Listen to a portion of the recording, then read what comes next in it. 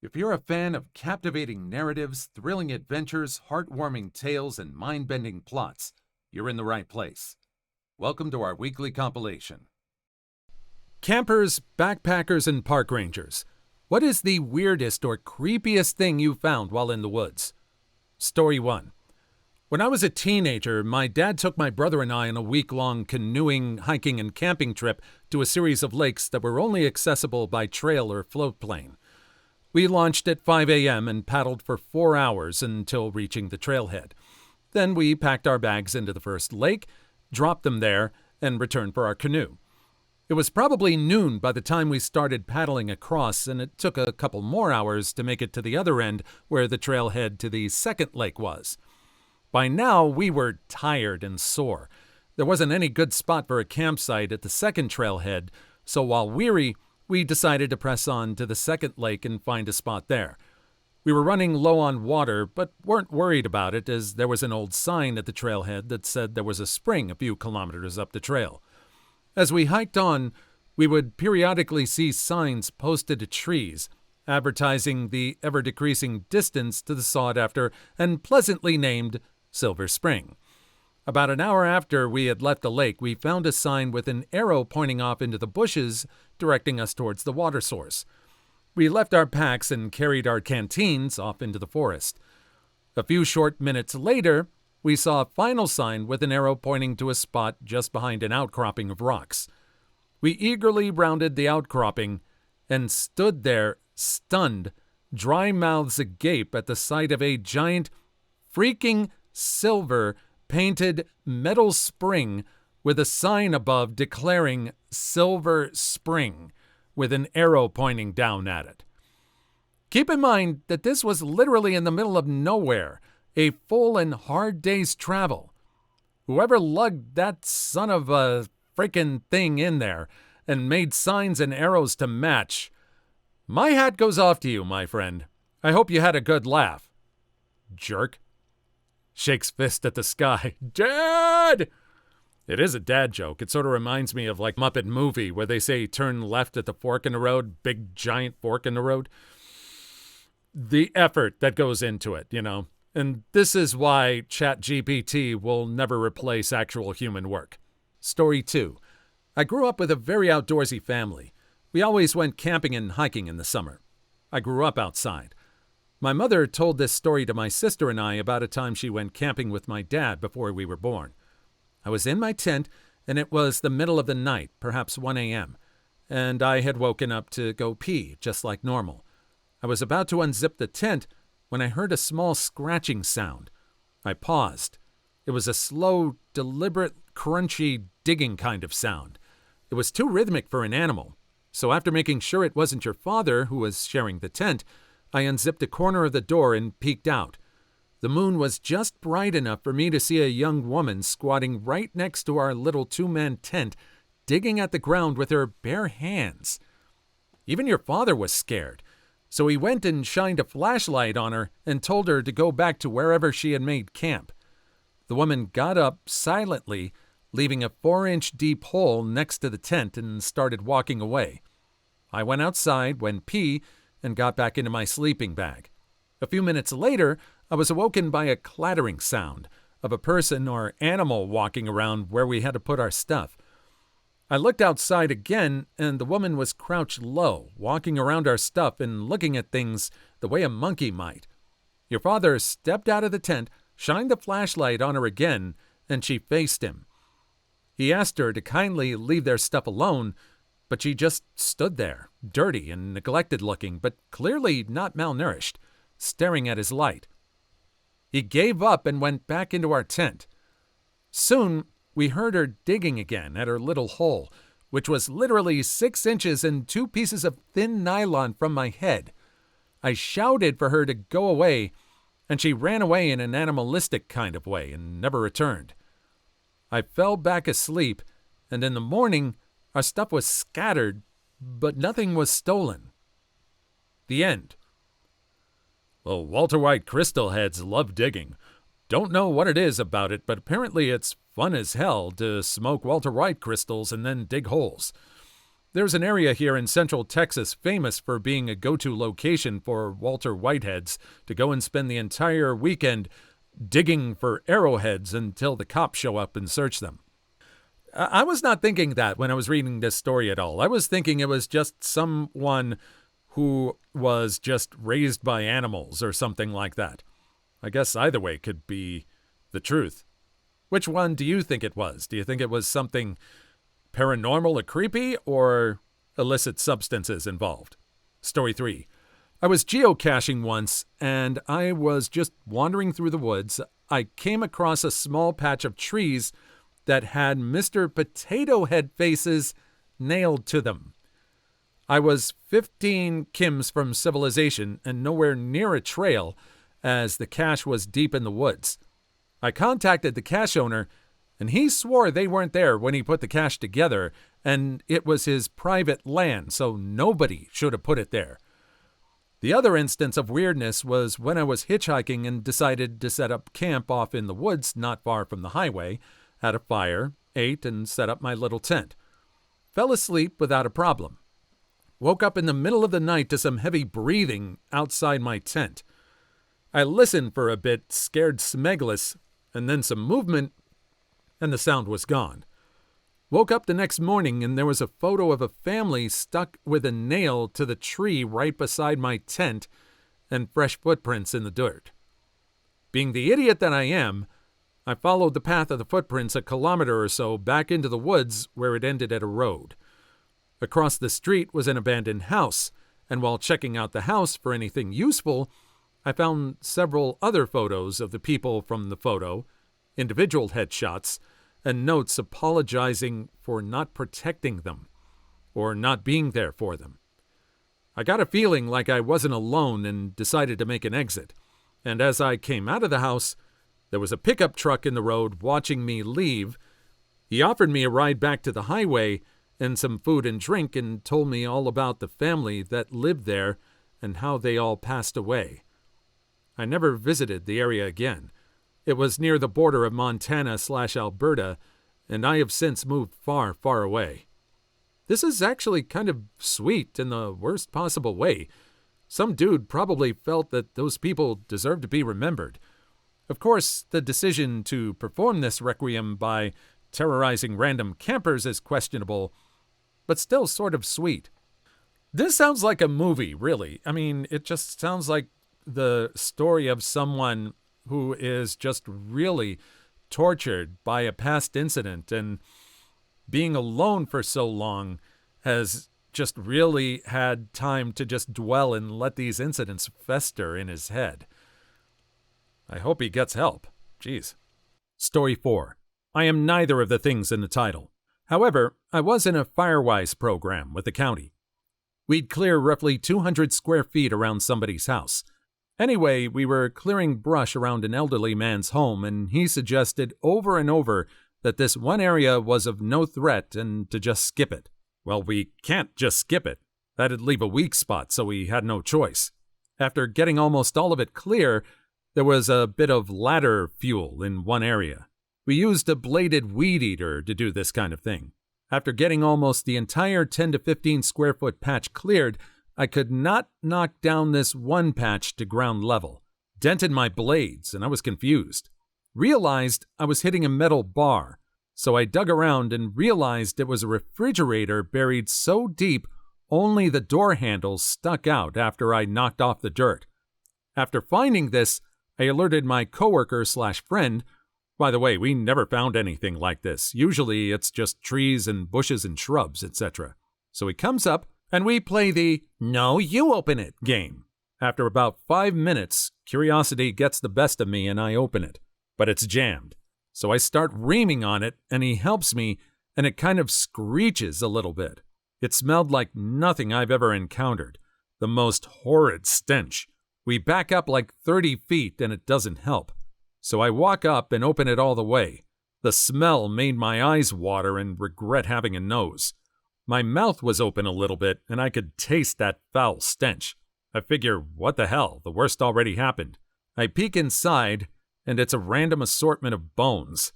I can't tell if animal, because there are no horns or skulls, just random fragments and ribs and long bones like the ones in an animal leg, I could only assume. So we mention this to our boss, and he says he'll add it in his report.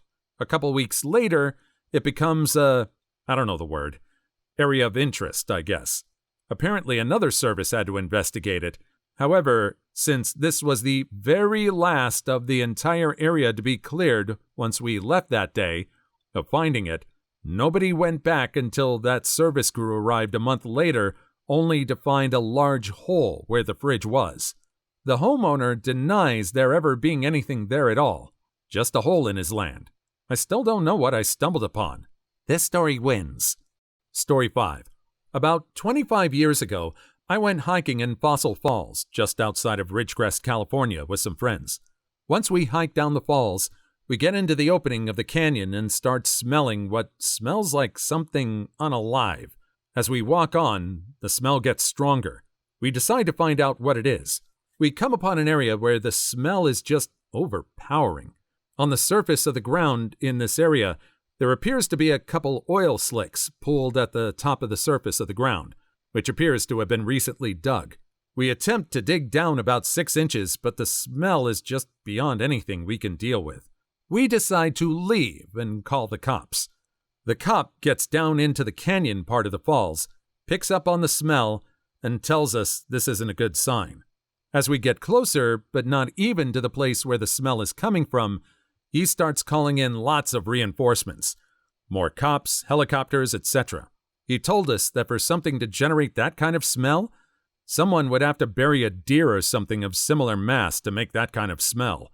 When we called the cops to follow up on what happened, they told us that it was just some chicken skin and bones. No human remains were found. The official story completely conflicted with what the cop, who had previously been a homicide investigator in LA, had told us. When I told a coworker what had happened, he reached out to a higher-up that he knew at the Department of Forestry Service or something like that, and when he relayed the story, was told, "How did you find out about this? You shouldn't know about this, and these guys should forget about this immediately." My theory is that someone was unalived and buried on government land. Fossil Falls is U.S. government land, and they didn't want it to get out. There is no way in or out of that canyon unless by military access road from the China Lake Naval Weapons Center. It's possible that they were taking bribes to allow a meat processor to illegally dispose of animal skins. I've seen it done in northwest Pennsylvania, and it's so horrendous to come across that stuff. I've even been stuck behind the truck that hauls them. It's gross as hell. People who are the reasons for certain rules. What's your story? Story 1. When I was going into 6th grade, my family was moving to a new town. In order to prevent myself and my brother from having to go through the hassle of moving and to alleviate some of their stress, my parents decided to send us to a sleepaway camp for 6 weeks. My brother, 2 years older, proceeded to get extremely sick within the first week or so that we were at camp.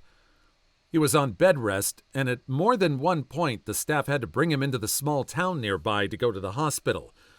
My mother had a tendency to overreact and make mountains out of molehills. She was extremely unhappy with the staff and thought it was outrageous that my brother got that sick that quickly, assuming that someone must have showed up to camp on the first day knowing they were sick and spread the germ to my brother. Luckily, he recovered after the first week and was able to enjoy the rest of the summer. When the term was over, we left camp, excited to see our new house and meet the people at our new school. Fast forward to the next summer. Our parents saw how much we enjoyed camp and decided that having us out of the house for a month wasn't so bad for themselves either. Instead of driving us this summer, they decided to send us on the buses the camp ran to different counties and states. The total ride was about 4 hours. An eternity for a middle schooler with a surplus of energy. Once we arrived at camp, the buses all lined up, and there's an in-processing tent set up where all the kids had to walk through before they could get their bags and go to their cabins. It was taking forever. I started to get irritated. I had waited all year for this, and now I have to wait more? I finally get off the bus and into the tent and see what they're doing. Each camper is getting asked a series of questions about their current health. Are they feeling sick? Do they have any allergies? Do they have any prescriptions, etc.? They would then get their temperature taken by the nurse to confirm they do not have a fever and were sent with a counselor to their cabin. I get to the end of the line and ask the nurse why they're doing all of this, because it's taking so long, and I was being an impatient child. Her response? A parent was very upset last summer that their camper got sick. So now we're screening everyone and quarantining them if they show any signs or symptoms of being ill. I looked at my brother, who was standing behind me, and yelled, "Thanks a lot!" Too long didn't read. Overbearing mother caused camp to establish screening process to make sure kids weren't sick. Sounds like a camp I went to in Texas. Sounds like camps kind of created their own TSA. I don't think it's the fault of the brother. I know it was a cheap shot to say thanks a lot to the brother. I would have probably gone for the punchline there too, but I think it was more the mother. They cited her as being kind of overbearing. If she hadn't made a big thing about it, they probably wouldn't have gone through that. Story 2. My freshman year out of college, I made it so that no one in not just my dorm, but all dorms on campus was allowed to use the microwave located in each of the dorm's common areas after 10 p.m. because drunk old me went to microwave a Hot Pocket one night, and instead of setting the timer to 3 minutes, I set it to 30 minutes, which wouldn't have been a problem if I'd stayed there waiting for it, but drunk old me decided at that moment, hey, you know what would be even better than being drunk? Being drunk and high. And proceeded to go back to my room for a bong hit, which turned into several, which turned me into nearly passing out, roused only by the now blaring fire alarm that made everyone else in the dorm to also have to go outside in the middle of the night. Of course, due to the whole where there's smoke, there's fire rule, a couple of fire trucks showed up to the action. Me and everyone else that lived in this dorm were all standing outside grumbling about what butthole caused this. Some speculating that someone was stupid enough to have pulled a false alarm. At a certain point amongst that grumbling, did it dawn on me that I just left that Hot Pocket in the microwave, and that's when I started worrying that the source of all this 3 a.m. hubbub could have been me. A deep, abiding shame that was validated when I saw one of the firefighters emerge from the dorm with a charred microwave. I joined in the chorus of incredulousness from the other cohabitants of my dorm who were shouting, please, what drunken, dumb person burned up the microwave, and whoever did this is gonna get their butt beat. And similar witticisms. I figured at this point, lying was my only way out. And in the end, it worked. No one that night ever found out it was me who burned up the microwave in my drunken and stoned state of dishevelment, and was the source of the no microwaves after 10 rule in the dorms that was enforced for the rest of the time I was at school, and could still be in place for all I know. You son of a shrew! It was you. Anybody ever see the Terry Gilliam film Time Bandits, where the firemen brought out the roast at the end? Don't touch it! It's pure evil! Story 3. During my junior year, my physics teacher did the mousetrap car assignment and held a competition to see who can make a mousetrap car go the farthest and the fastest. I spent the whole night before making it. The next day, I did a test run right before the testing, and my rear axle snapped in half, basically ensuring that my mousetrap car was not going to move. Anyway, the teacher assigned 50 points for having your mousetrap car there, and 50 points if it moved. He gave each student at least 3 attempts to get his mousetrap car to move. Everyone in my class got theirs to move, and I knew mine was basically fracked.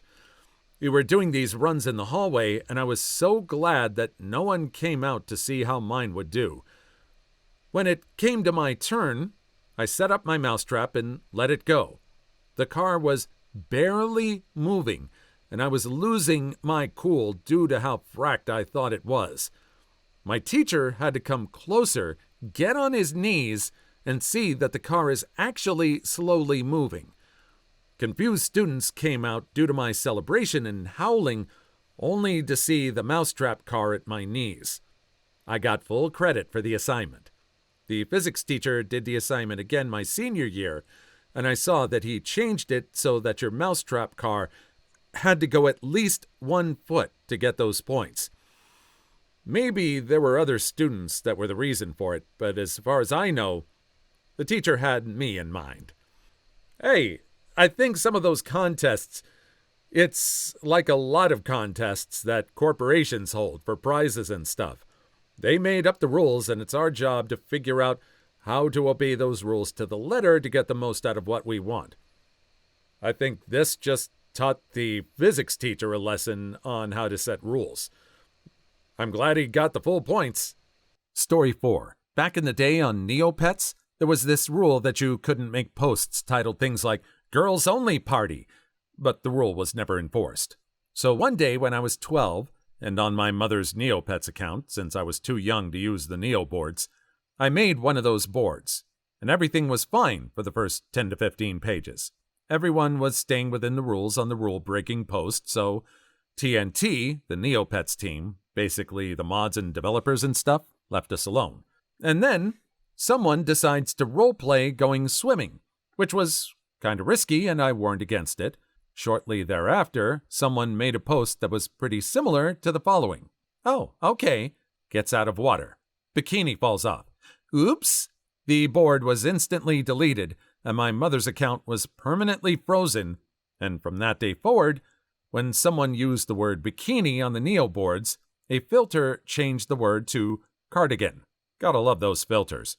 I never played, but a friend who played Phantasy Star Online shared that if you wanted to say basement, you had to put a dot in the middle of the part of the word that spelled semen, or it would get bounced back. Brilliant. Story 5. So in my high school, there's a rule that was added my junior year and is even in bold in the student parent handbook. The rule was that students are not allowed off campus during the 10-minute passing period at all. The reason that rule exists is that my sophomore year, I was really craving a Starbucks during my first period. So in the last few minutes of the period, I ordered a coffee, and then during break ran half a mile to pick up my coffee and walk back. I made it back to my class on time, but the school still tried to get me in trouble until I said, "Show me where it says I can't leave campus during the passing period in the handbook, and I will accept any punishment. Otherwise, you have no grounds to punish me." And after 20 minutes of sitting in the office, I got out with no punishment. Then my junior year, that rule was added to the handbook. To this day, it's one of my worst accomplishments. It is so shocking how little freedom American students are given, now that I've been in Germany for a few years. There's no utility to that kind of micromanagement at all. Parents with a homosexual child or children. What was your initial reaction upon their coming out? Story 1. This is going to get buried, and I'm glad it will, because this is something that burns my heart and tears my soul apart every day. I'm a Christian. Hold your pitchforks until the end, but I always thought of myself as an open-minded fellow. Growing up, I had a fairly average household and never had any personal experience with a family member being gay, though a few friends were. Long story short, because I keep stopping, not knowing how to put the words down, my wife left me a few years back, and I was left to take care of our son. When he went away for his first year of college, I was incredibly lonely, but I looked forward to having him back and, heaven willing, hearing about the women he had met. He was always a shy kid, never really had a girlfriend to speak of, and so I kept my hopes high. I remember he came to visit for Christmas and spoke of big news. My son sat me down a week before Christmas talking about a request he had. What followed will haunt me for the rest of my life. He explained that he had met somebody, and for the holiday, his only wish was for me to meet them. I, of course, assumed that them was a woman, and so I quickly and excitedly agreed. We began to discuss plans when my son said something along the lines of, "He can't wait to meet you." I was slow to hear it at first, so I asked him to repeat himself, and he did. My immediate reaction was something so vile and despicable, I have not felt like a man since that day. I asked my son what he meant by it, and he began to explain he was gay. Began. I cut him off. Every foul, loathsome thing you can imagine, I said. To my son. I felt as if I was a passenger in my own body, unwilling to comprehend my own unbound fury. I kicked my son out of the house and told him that I never wanted to see him again. A week before frickin' Christmas, I kicked my little boy into the cold, the child I devoted myself to for 18 years. I still can't understand it. He ended up staying with his mother's parents for the rest of the break. After a month of silence, they came to claim his belongings. I didn't stop them. I sat idly by and watched them take my son's clothes, paintings, and anything else he'd not taken with him to college. I haven't spoken to my son since that night. It's been 3 years. He's graduating next month, and all I want to do is be there to tell him how proud I am of him being the first of our family to graduate school. I'm too ashamed. Some men do not deserve fatherhood. I'm one of them. You should tell him all of this, especially if you're ready to accept him and his choices. I'm sure he would like to have his father in his life, but after how things went down, you're going to have to be the one to break down and honestly and fully apologize. Every journey requires the first step. This person, I think, is dealing with just being alone and being ostracized from his son. From reading this, do you get the feeling that out of everything he's proud of his son, he's still working to try and accept his son's homosexuality?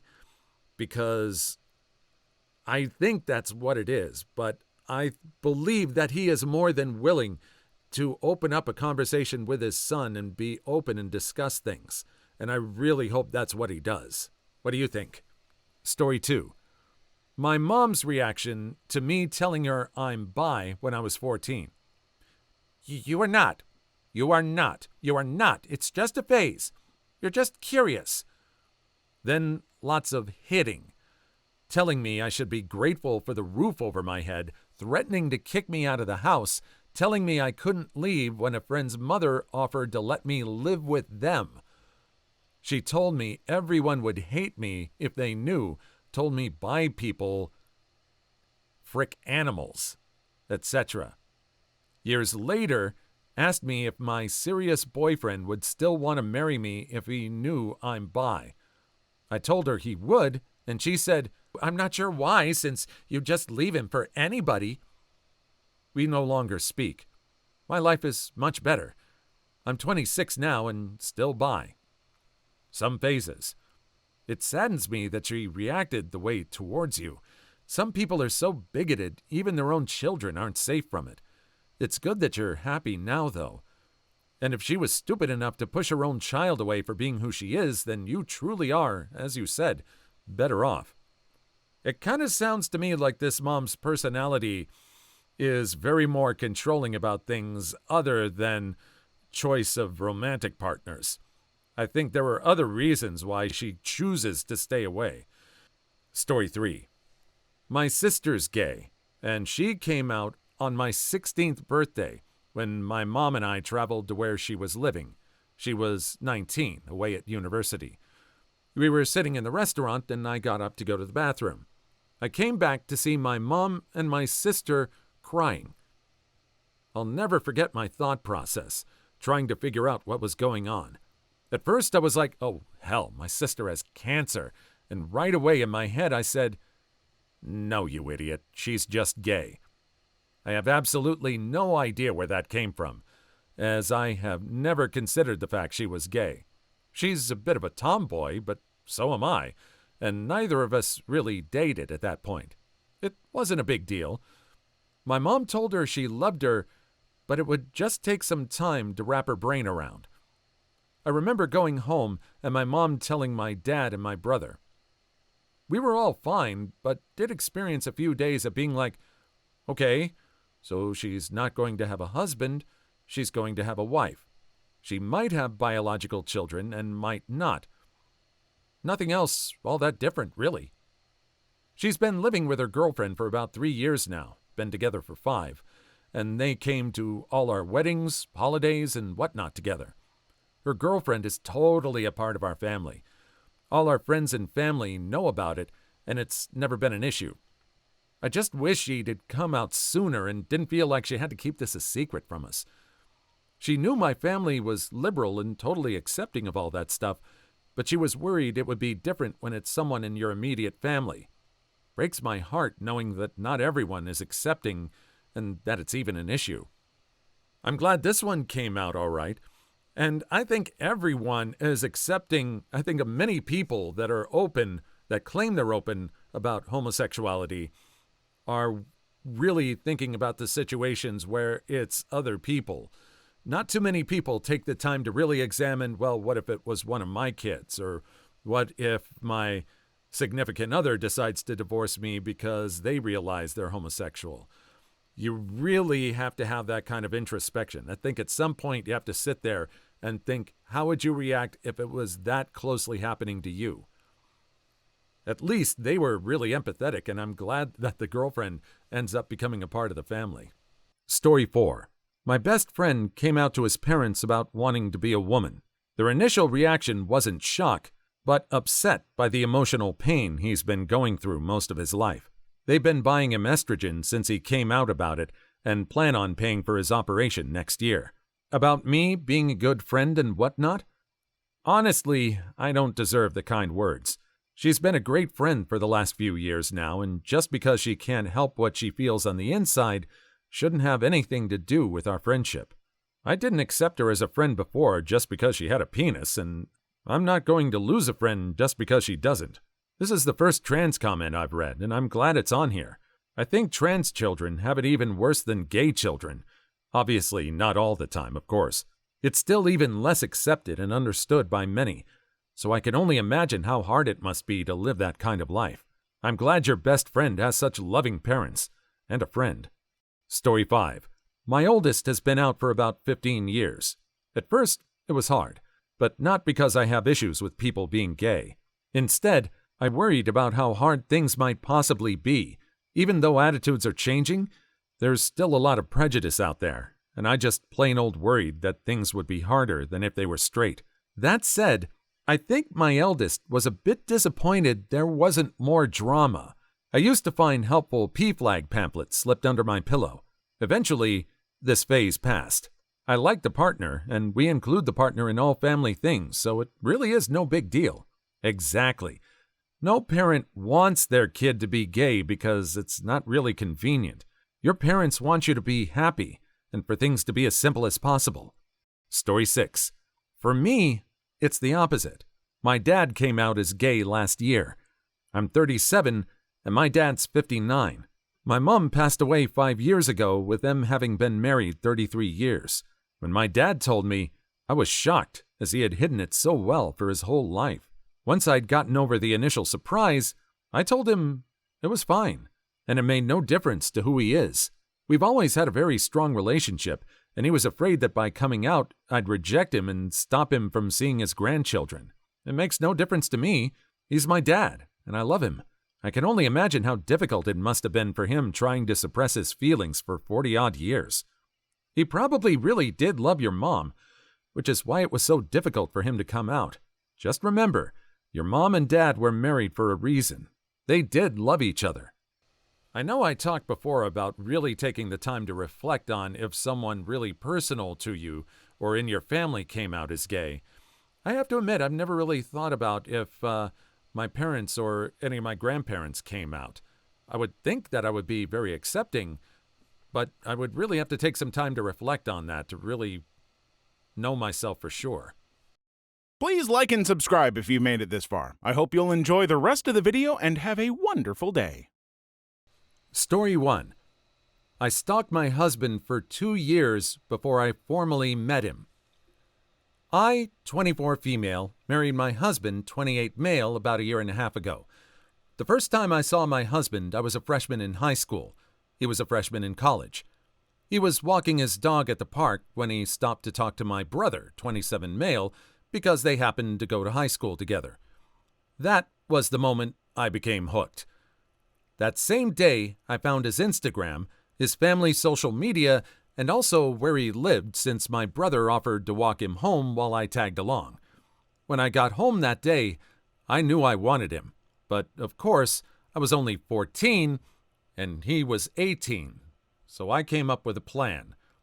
I found out his younger brother was only 1 year younger than me and would be attending my current high school. I figured that I have to befriend his younger brother by any means possible next year when he moves up as a freshman while I became a sophomore. And I did. It took around halfway of my junior year where we became best friends, and he invited me over regularly to his house to hang out. This is where I was able to befriend my current husband's mom. And man, did she love to talk about him. From her, I found out what college he goes to, his past girlfriends, what his elementary and middle school was, his favorite or least favorite foods, his pet peeves, what he likes, etc., etc. Eventually, when my visits started getting more and more frequent, I formally met current husband again. Current husband, I'll call him E, would come over every other week and stay for either Friday through Sunday or Saturday to Sunday.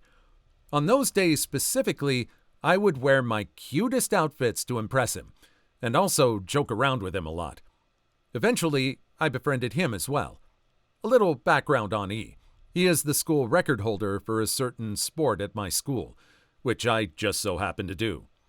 And around halfway through my senior year, E came back during the season to help coach the current high school athletes, which included me, in order to get some more volunteer work hours in, and I got to spend a lot more time with him. I loved every second of it. We were friends before, but then we became much closer since I got to spend lots of extra time with him after school, where sometimes he would even drive me home since we lived relatively close. Fast forward to when I had to move away to New York City for college. E moved with me since he coincidentally got a job near my college. Edit. I lied. It wasn't a coincidence. I found out he got a job offer and applied to a college nearby his workplace. Being each other's only friends in a new state, we became incredibly close. We started dating when I was almost a sophomore year of college. He proposed to me after I graduated, and we just got married almost a year ago. He knows absolutely nothing about how I truly know him, and believes it's fate that brought us together through his younger brother. Lately, I've been debating on whether or not I should tell him, or at least his younger brother, the truth, since the only reason I befriended him was to get closer to E. I feel guilty every time he tells others our love story because the truth is, I've known him for 10 years, while he's only known about me for 7. Update. I read a reply saying that the best thing for myself is to keep it a secret, which is what a lot of people are saying. But the best thing for him is to tell him. And I figured that person really is right.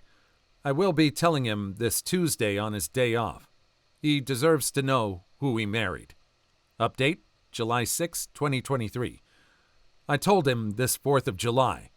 After the fireworks mostly ended and we were heading back, I asked him in the car, wouldn't it have been weird if we met each other before the first time we actually met, but we just didn't think of each other as significant at the time? He smiled and turned to me saying, "That's impossible.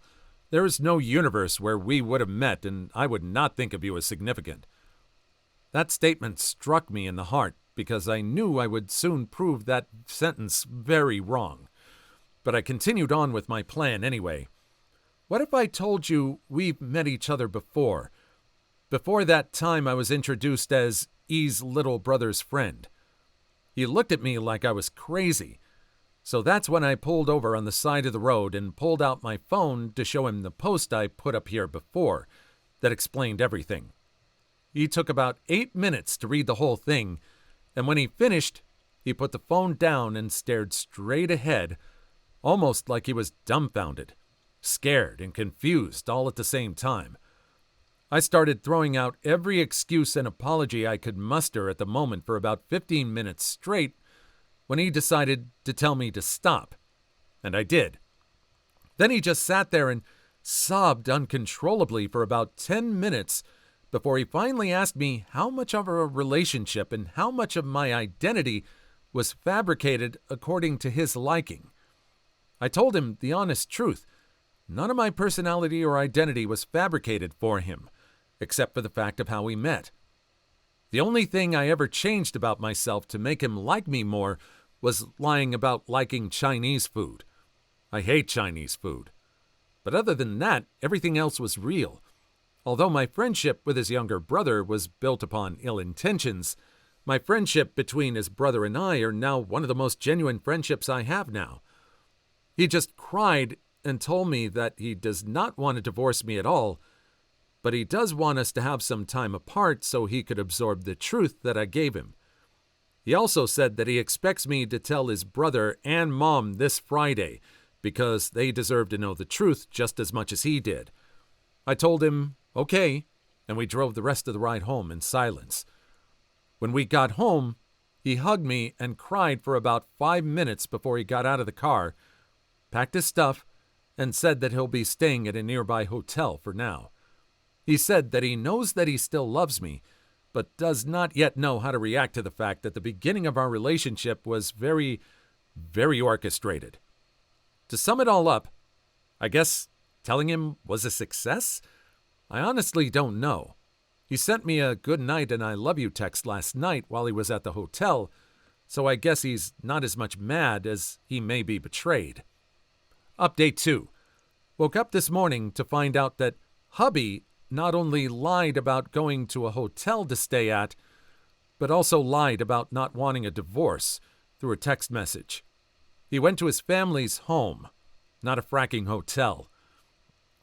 Told them the entire story himself, probably exaggerated it too much to make me seem crazy.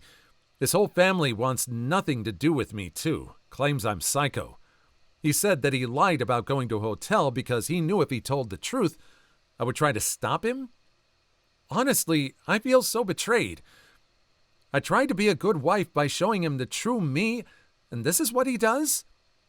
I did all this work just for it to end up like this? Honestly, I kind of deserve it. I didn't even tell him in the first place because I felt bad. I told him because I had a suspicion that he was catching on to the fact that I knew him for 2.5 years before he knew me, largely because I found out he was keeping my old phone in his work desk.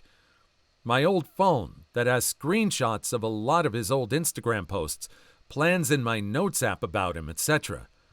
So I guess he never truly loved me if he can't even get past an honest confession like this one. I might update this in a few years when I find a new husband. Yeah, is she the a-hole? Kinda. I mean, if you took these situations and the intention was not to actually get with this person that you really genuinely love, but to take them for all they've got or to do some kind of grievous harm to them, or if you reversed the genders, every part of that would scream that was the wrong thing to do. It's the basis of the relationship. They might have a great relationship, but since it's now based on an exaggeration and a bunch of lies, how are you expecting to find the trust? How were you expecting him to try and trust you again? Yeah, you are the a-hole, and I'm sorry it ended up that way. Story 1. I pretended to have a vasectomy. 2 years later, and my wife is pregnant. I'm going through a horrible dilemma, and I'm so deep in I have no idea what to do. My wife and I have been married for 9 years, and we have 2 kids together, and we aren't planning on having any more. Well, my wife is set on that idea, but I wanted to have at least 5 kids, and she only wanted to have 1 or none. This doesn't take away from the fact that she's a great mother. It's just her preference. Going into the marriage, we sort of compromised to have maybe 2 or 3 kids. I am set on having 3, but she doesn't want any more. It's been 5 years since having the first 2, and around 2 years ago she was hell-bent on me getting a vasectomy. I wasn't comfortable with it and refused, but it became the center of our arguments. We dated for 5 years before getting married, so we've been together for a total of 12 years when this occurred. Now we've been together for 14 years. These were such lovely times, and I didn't want to end our relationship on this, especially since we have kids together. So I agreed to the vasectomy after months of arguing. Fast forward to now, my wife is pregnant. She doesn't know how this could have happened, but I do. I never got the vasectomy 2 years ago. I pretended that I got it, and I told her someone else took me to the appointment, and I took off a week of work so I can recover from it. I tried to be precautionary during sex by pulling out, but it clearly didn't work. Now my wife is furious as I told her that the vasectomy could have failed, rather than telling her the truth. She's also scheduling appointments with lawyers so she can sue the practice in which I received the surgery. However, if they have the records, it will prove that I never got it. Now my wife is also thinking about having an abortion, but I'm trying to convince her to drop the whole thing. And if anything, this child is a miracle. What should I do now? I'm worried if I tell her the truth that she'll leave me. I don't want to lose her. She's the love of my life. I don't know what I can do without her. I know this is my fault, but please help me on how I should go about this. Too long didn't read. Wife got pregnant. She thinks I had a vasectomy, but I never got it. She wants to sue the practice. How do I tell her? First of all, you are completely the a-hole. You don't want her telling you what to do with your body, yet you're trying to prevent her from making her choice with a kid she didn't want. And you lied. Definitely the a-hole. You just have no choice. You have to face the music. You have to talk about it, and it sounds like you've had arguments about this before, but it's going to come out at one point or another, especially if she's going to go ahead with a lawsuit. You can't go forward with that and then have it all come out in court. Story 2. My friend, 31 female, asked me, 29 female, to house sit while out of the country. Then I saw her in my city, and she blocked me. What on earth is going on? Too long didn't read? Friend gave me her keys and asked me to watch her apartment while on vacation. Then I saw her in my city, and she blocked me. Meanwhile, I still have access to her apartment and no way to contact her. My head is completely spinning as I am in the weirdest interpersonal situation I've ever encountered. A few weeks back, my friend Carla told me she was going on a month-long vacation to her home country and needed someone to tend to her apartment and water her plants. She said I was welcome to use the apartment as I pleased and stay there. I jumped at the opportunity as she lives in a neighborhood of the city that I really like. We're not best friends, but very close. After Carla left around 3 weeks ago, I shot her a couple of texts to see how she was doing and some silly proof-of-life photos of her plants. No response. Left on delivery. Okay, I thought. She's busy hanging out with friends and family back home. Then, this morning, I'm walking down the street in the city, and who do I run into but Carla? And it's not like I saw her from across the street. We literally physically crossed paths as she was leaving a bagel shop with some guy. I was completely shocked, but just said, "Oh, hi, you're back already? I thought you were due back at the beginning of August." And she just very quickly blurted out, "Oh, yeah, I was going to text you. I'm back already. Let's catch up later," and side-hugged me and then hurried off.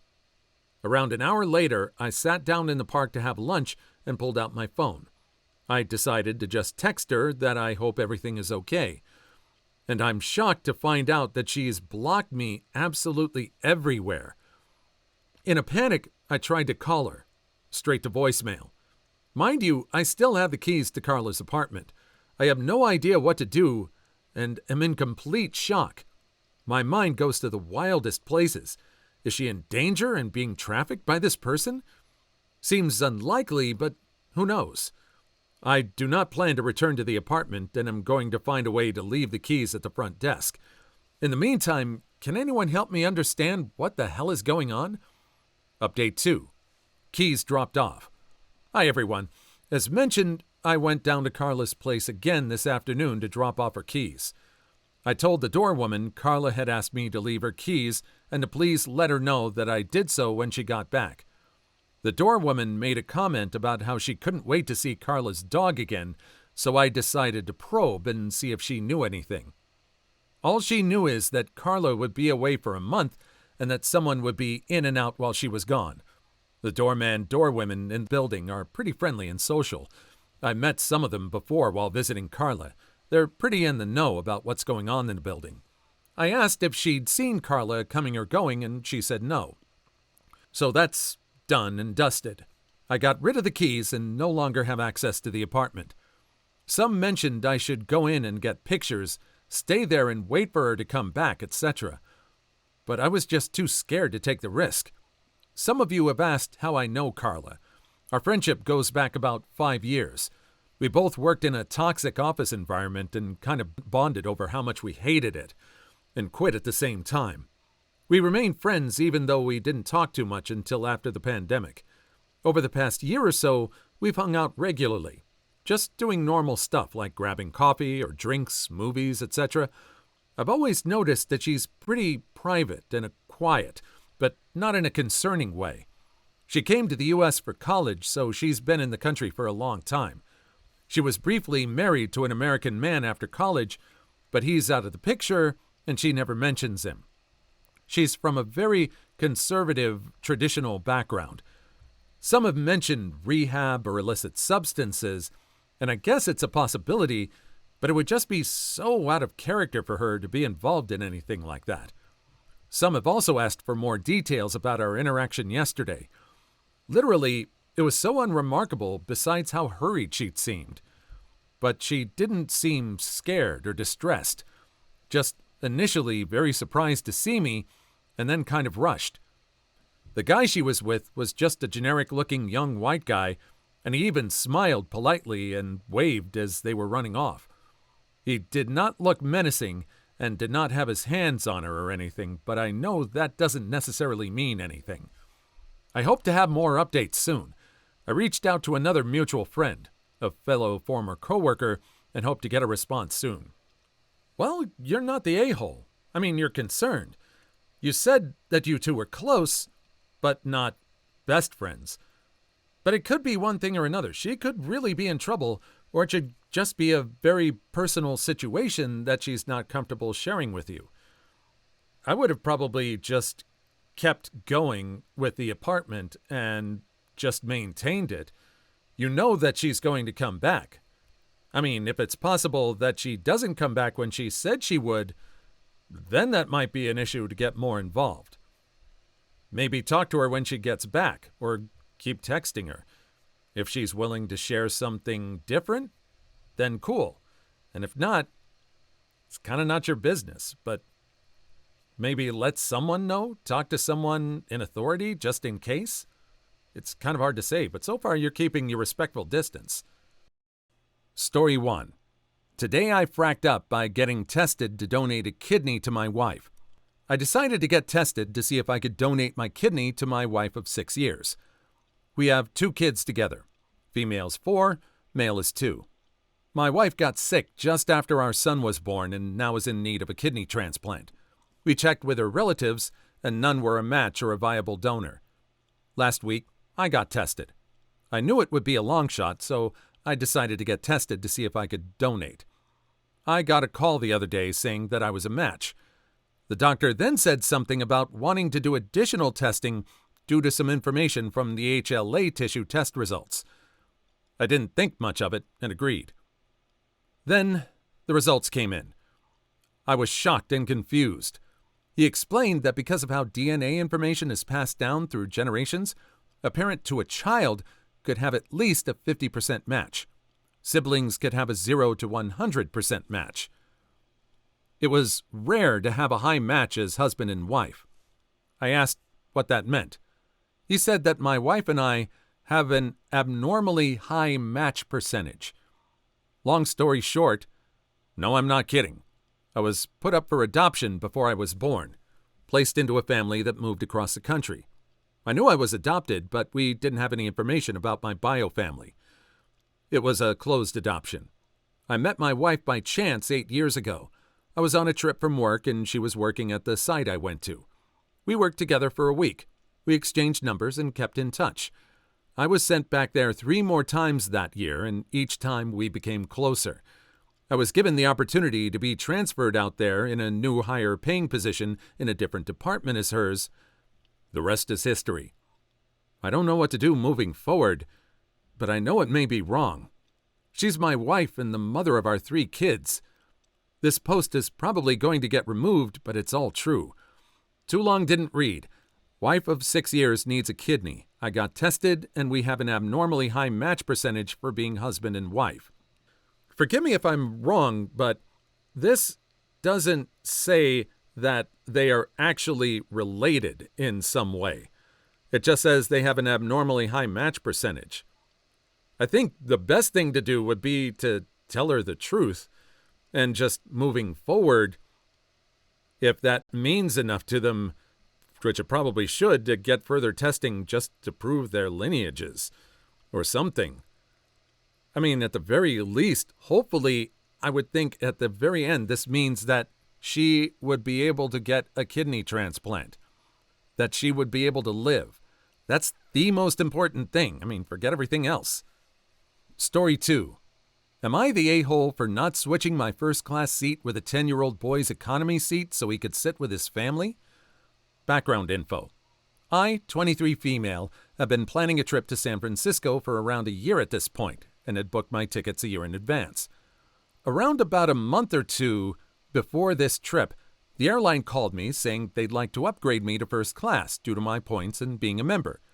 I had never flown first class before, so to say I was excited was an understatement. I made sure to do everything possible in the lounge before my flight, and I was welcomed with such a comfortable setting for the 13-hour flight.